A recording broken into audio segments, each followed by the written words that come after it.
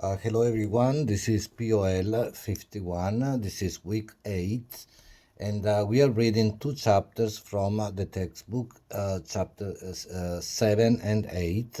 7 is on the elections, voting, which is very timely. As you all know, right? I mean, tomorrow there will be the presidential elections, and the elections, and then chapter 8 on the media, and we will see also there is for the journal there is I ask you to write on two issues related on both the question of the media in general and social media, and the impact of that on voting, right? But these are questions that come from the textbook as well. And for the discussion this week, I say I wrote on your discussion board, right? Please do write, use any news outlet of your choice, right? And write basically a discussion, basically write about the results of the elections, whatever they are, right? I mean, tomorrow you will see.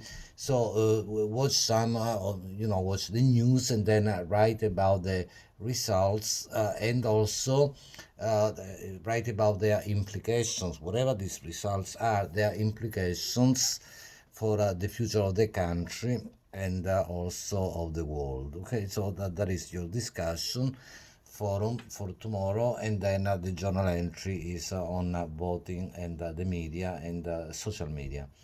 But in any case, I will be very brief today. These two chapters, one of them is rather technical, right? Chapter 7 is called Voting and Elections. You read it, there are all these technicalities about voting. Some of these things people usually know, other things are more technical, and like for example voter registration, the elections, and also at the end a more interesting perhaps section on the question of direct democracy, although it is still direct democracy in an institutional sense. One can say more about the idea of a direct democracy, which is participatory democracy, right? The people really participate.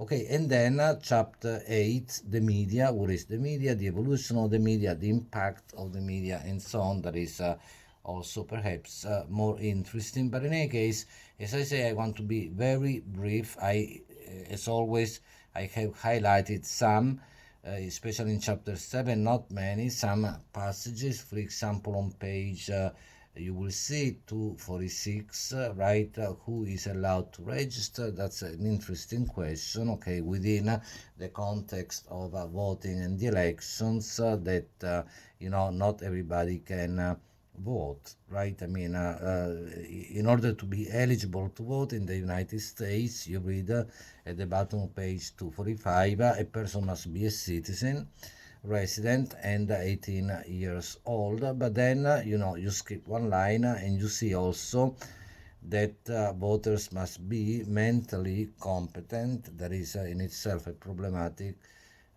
question, and also that and not currently serving time in jail. Okay, so you will see that, and then on page 246 there is this interesting notation. The textbook says Vermont does not limit voting based on incarceration unless the crime was election fraud. Okay, so I mean that's. But in any case, read these chapters on the election. So probably most of you have already decided whether to vote, and whom to vote for. Okay, and but that is in a sense independent of the class itself, right? And as you know, tomorrow, in terms of the presidential election, you have on the one hand, as always, the two candidates of the main parties, right? I mean, not that there aren't other parties, but ultimately it comes down to the Republican and the Democratic Party. So Joe Biden and the candidate with Kamala Harris as a vice president, Joe Biden, who was the vice president with Obama for 2 terms. That's for the Democrats, and then Donald Trump, who is the incumbent. You will find the word incumbent in the keywords section of the book, meaning he's the president right now, and he's the by default, in a sense, right, the candidate for the Republican Party. Okay, so but in any case, I'll go to the keywords in a moment. But another important maybe moment here in this chapter 7 might be the bottom page 265, the question of the electoral college, which is as you know, probably problematic. Right, the electoral college ultimately, like the last elections, right, in 2016, it was not the popular vote that elected Trump, because that went more to Clinton, right, Hillary Clinton, but the electoral college, which many people say remains highly problematic, okay, as a type of institution. But in any case, read that.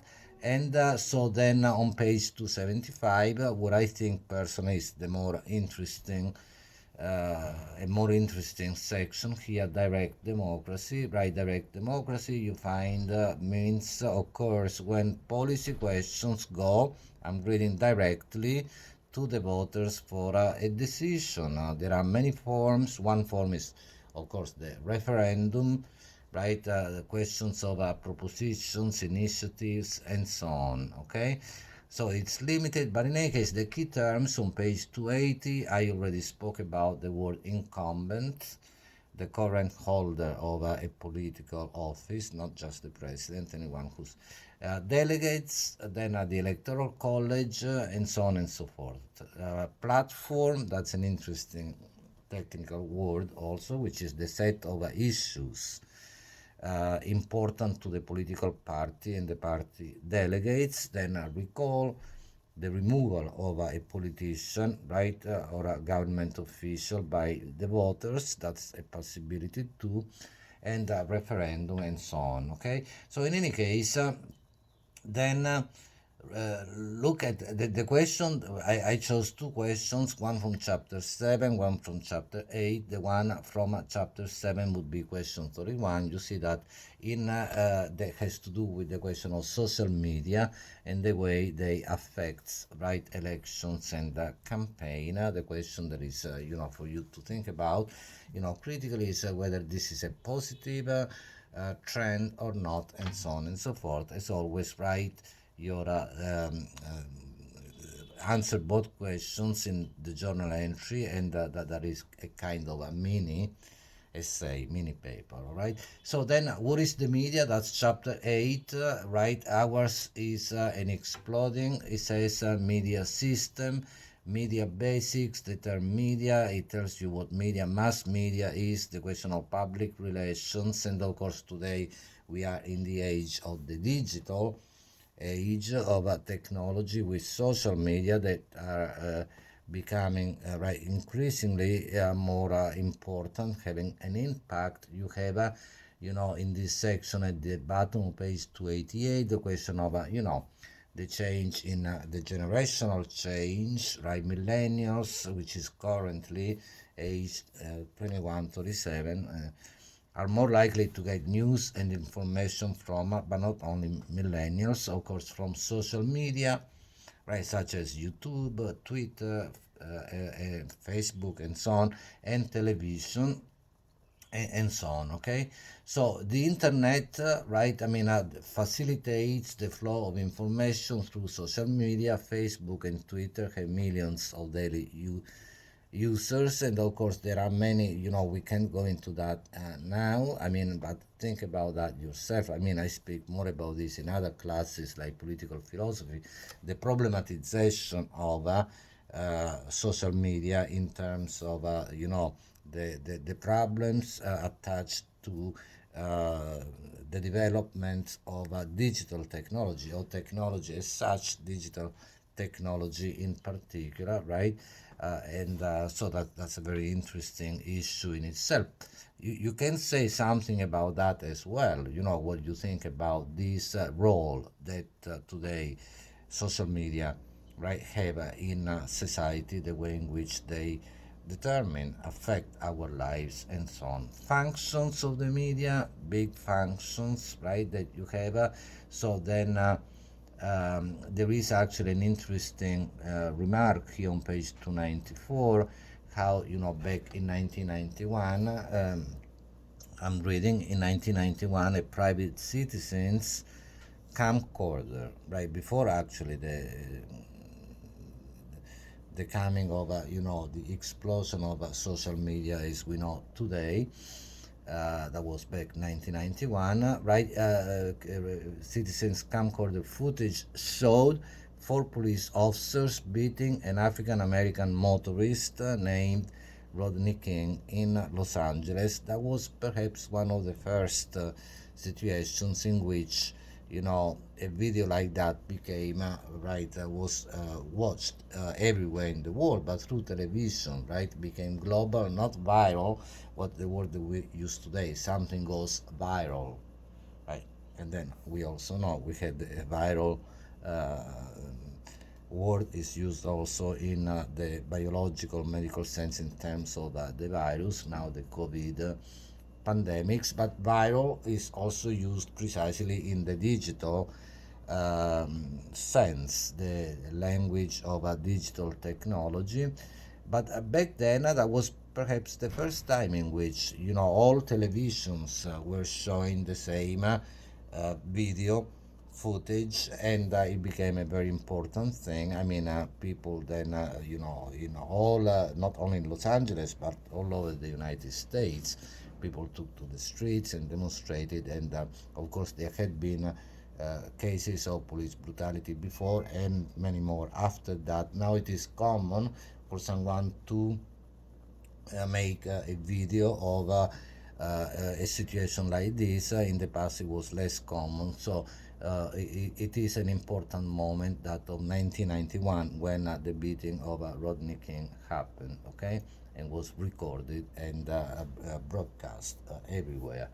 So then, in any case, see, there is this idea of the fact that video, by social media, have this perhaps positive. You can think about the positive, negative aspects of that element, right, of improving, as they say, citizen awareness, right, and as I believe Michael Moore, the documentary filmmaker, right, the famous director said at one point, today everybody is a filmmaker, precisely, right, as we know.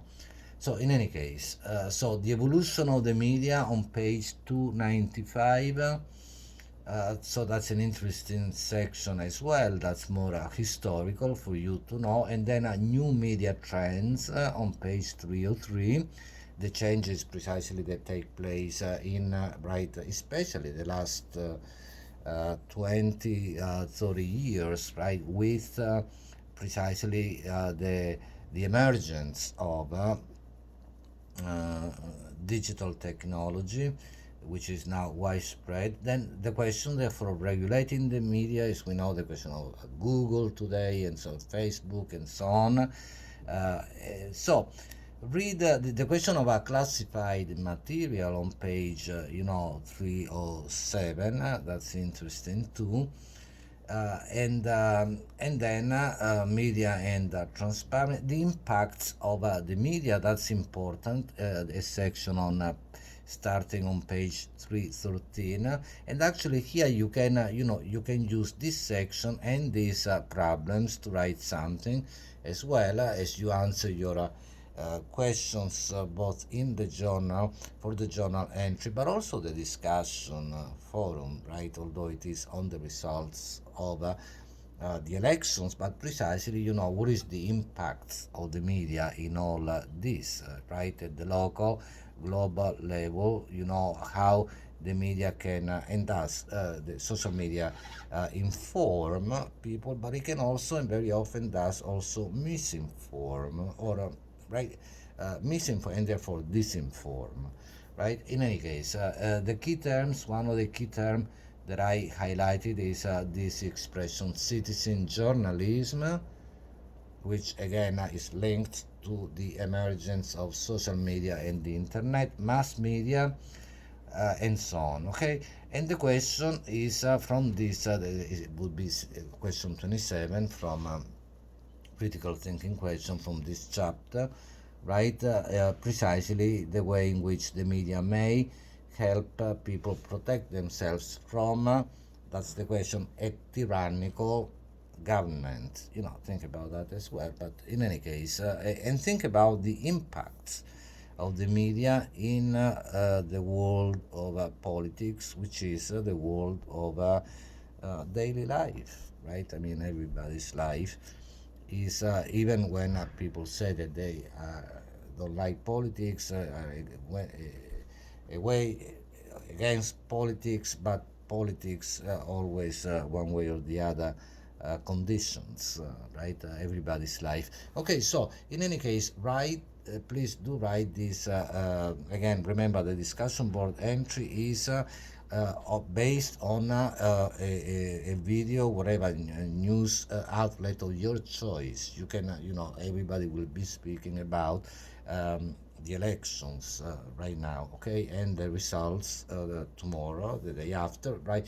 So you write your observations about this, your critical observations, and especially remember to think about also the implications that the results will have, according to you, may have for right, the future of this country and the world, and then also do the journal entry. Okay, thank you.